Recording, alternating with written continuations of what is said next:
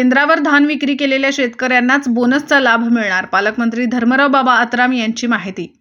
नागपूर येथे झालेल्या हिवाळी अधिवेशनामध्ये धान उत्पादक शेतकऱ्यांना हेक्टरी 20,000 रुपये बोनस मिळणार असल्याची घोषणा राज्य शासनाच्या वतीने करण्यात आली होती। मात्र 2 महिन्यांचा कालावधी लोटला असला तरी शेतकऱ्यांना बोनस संदर्भात अनेक संभ्रम होते।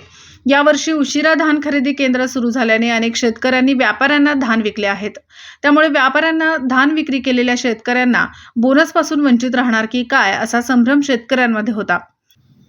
अखेर राज्याचे अन्न व औषध पुरवठा मंत्री तथा गोंदिया जिल्ह्याचे पालकमंत्री यांनी यावर माहिती दिली असून ज्यांनी आधारभूत धान्य खरेदी केंद्रावर धान विकले अशा शेतकऱ्यांना बोनस मिळणार असल्याची माहिती पालकमंत्री धर्मराव बाबा आत्राम यांनी दिली। मात्र जिल्हा पणन कार्यालयाला अद्यापपर्यंत या संदर्भात कुठलाही बोनस संदर्भातला GR प्राप्त झाला नसल्याची माहिती गोंदियाची जिल्हा पणन अधिकारी विवेक इंगळे यांनी दिली आहे।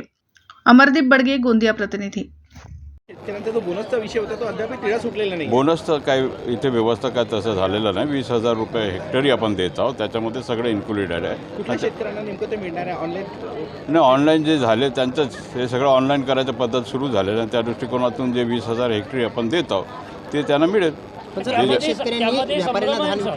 यामध्ये संभ्रम असा आहे की केंद्रावर धानच विकणे आवश्यक आहे का? बरोबर आहे ना, नाही तर कुठे ठेकेदाराकडे विकायचं का?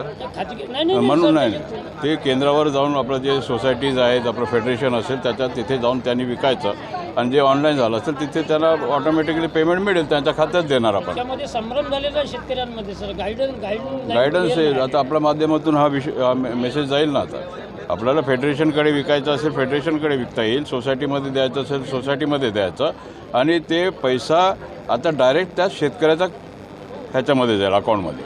हा महत्त्वाचा निर्णय राज्य सरकारने घेतला। नमस्कार, N24 मराठीमध्ये आपलं स्वागत। पाहूयात आजच्या विशेष घडामोडी।